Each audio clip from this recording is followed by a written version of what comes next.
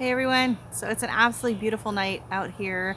Friday night in Ontario. We have been having a really warm week. All week we were in the high 80s, so today I did take a little bit of a break. I did some planting out in the front, and then I hung out in the air conditioning. Did some spring cleaning inside, did a bit of editing for this week's video, but I did just want to show you my lilac.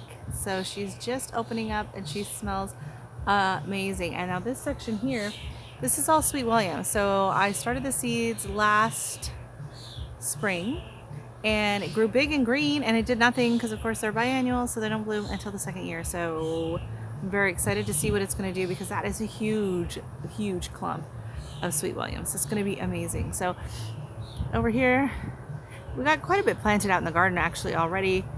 We moved a bunch of our shrubs up to the top of the neighbors, and I planted out a bunch of my seedlings all in this section. I'm gonna have a ton of flowers ready for my cut garden, so I'm very excited.